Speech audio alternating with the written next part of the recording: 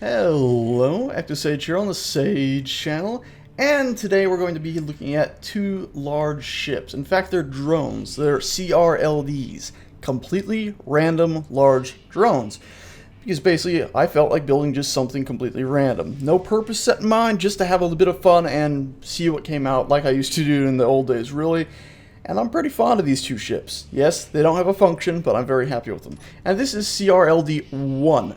It is the very first one I made. I actually started out originally with just something very simple. If we were to actually move this over here, I can show you what I started out with. And it was basically just, if I cut away these two segments here, this section right here is all I started with. Didn't even have the engines on it, nothing else. I just copied and pasted it together and started building it outwards until I had a, well, much larger frame. And then I actually went back and added all the engines to it. So it really was just a sort of, I don't know, something that felt nice, something that was aesthetically pleasing to me. So I just started building out from there and then going back and trying to figure out, how do I make this functional without it falling apart? How do I keep all these thin lines, you know, the singular metal pieces, without having to bulk it up to hide an engine? And you see I ended up with some bulking up here. Originally it did have a piece that was down like that, but of course that then it left the engine exposed in a way I wasn't too keen on. By the way, as you can see there, I've now severed actually these wing pieces. So I actually did originally build this as a station and then convert it to a ship. That way if I severed stuff like that, I could easily reattach it.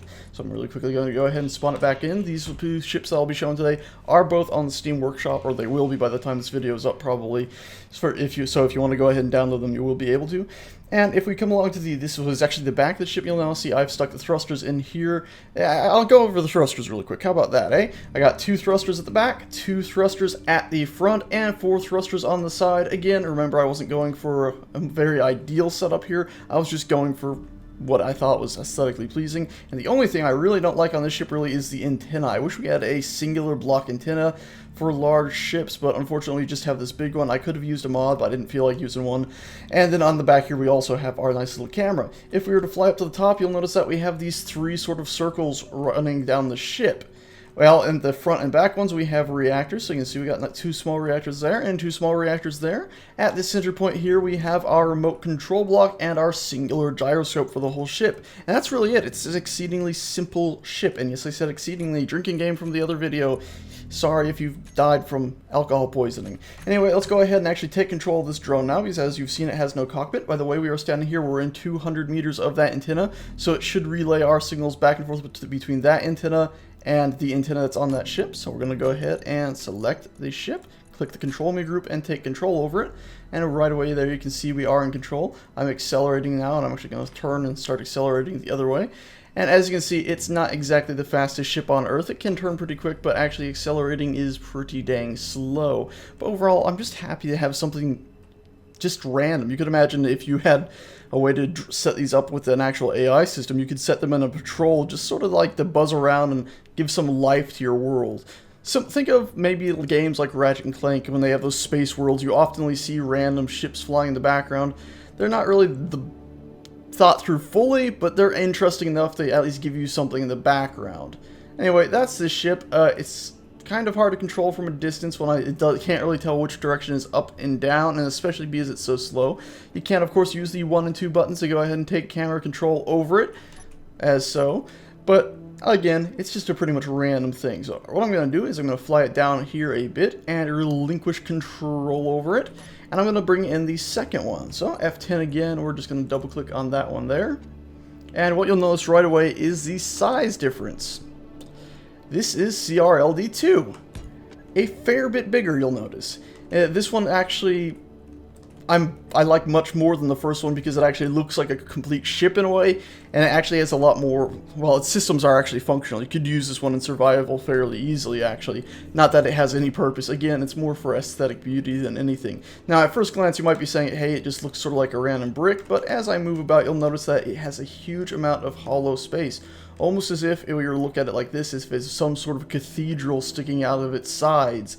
You see we have a huge amount of space, and again, the thrusters should have just enough room to fire their flames, hopefully without burning the interior workings of this to bits. It's pretty cool. I'm very happy with it, actually. And you can see the designs are, well, I love them. They're very inspired by Halo, you might notice, because I'm a big fan of like the old Halo art styles.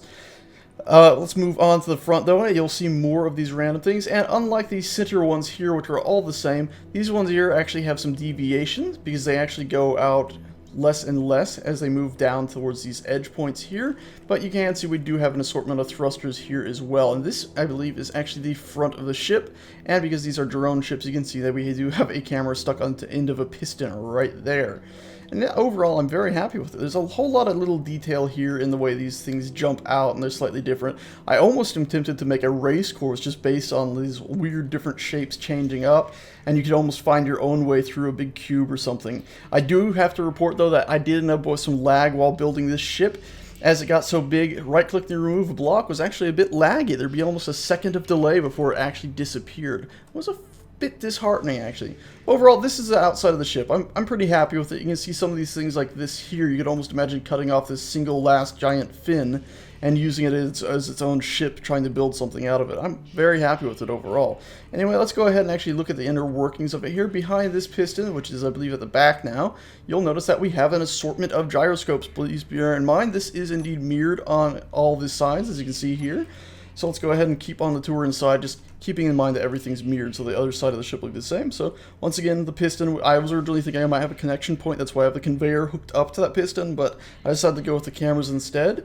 If we go through here, you'll see a bunch of reactors connected to one another until we reach a storage container.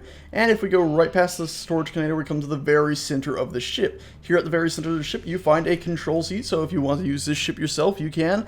And also the remote control block sitting just behind it, so it'll be pretty much exactly the same control setup no matter what. It does mean there's a central hub to destroy, but it's such a random ship, I don't think you're really going to be taking into account of that too much. You're probably just going to be buzzing around with it or looking at it in the distance, similar to the other small ship.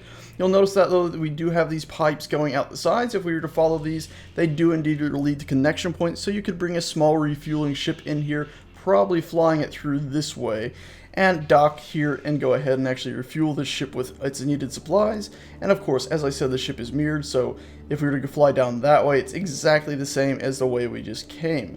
Now, down below this control seat, you'll notice that there's a lot of metal. That's because if you were to look through that metal, you'll notice that's where we've stuck the antenna, sneakily sticking out of the bottom of the ship. And if we were to go ahead and look above those seats, you can see that we do have one mod on the ship, and that is my access doors. Of course, if you paste this ship in without this mod installed, the only thing you're really going to be missing is this. So you could probably go ahead and paste this ship in without having that mod turned on your server without really losing too much at all. Anyway, guys, let's go ahead and actually take a flight in this ship now. This will probably be its maiden flight. I don't believe I have actually test flown it, so let's hope it's not absolutely terrible.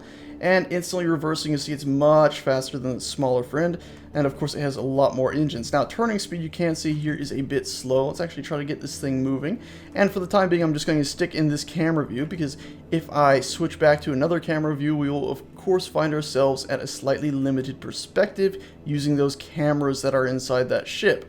And as it flies out, it's actually, I'm pretty happy with the way it looks. It's actually warping strangely. What I'm actually going to go ahead and do is do an F8 to fly the camera out, that way we can see it a bit better as it flies. And now we're going to do a F6, oh no, an F8, F9 to get control of it again, and just keep flying it.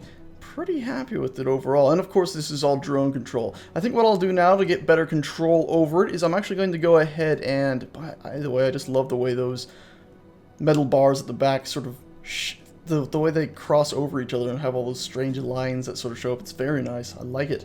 I like it. Imagine seeing that flying through space as if it's some sort of strange beast, strange metal machine coming for you. What is it? Is it alive? Is it dead? Oh, I like it a lot. I like it a whole lot. Ooh, I like it a lot. Anyway, let's go ahead and slow up right here, and you see we got a bit of a spin, so it's going to take a second for the gyroscopes to compensate for that. Before I place this back up onto the workshop, I'll probably add probably 16 more gyroscopes to it or so. I'm thinking might help out a bit. But before I go, let's also look at the cameras. You can see we get a pretty amazing view right here, and of course if we want, number 1 camera is controlled by number 3 piston, number 2 camera is controlled by number 4 piston, and number 1 camera is actually the front. If we were to press G, we can mouse over and see I have them marked as front and back. So you can see there, if you want to move the camera forward to maybe get some more field of view to your left and right, you can do that. And of course this works the same for the back one too. Pretty cool. Anyway, that's about it for this. Thanks a bunch for watching. I suspect I will actually go ahead and do something I used to do in the old days, which is crash these two together now. Anyway, guys, thanks so much for watching, and you'll find that crashing video in the next video button down below. Or actually in my annotation slide, which is probably on screen right now.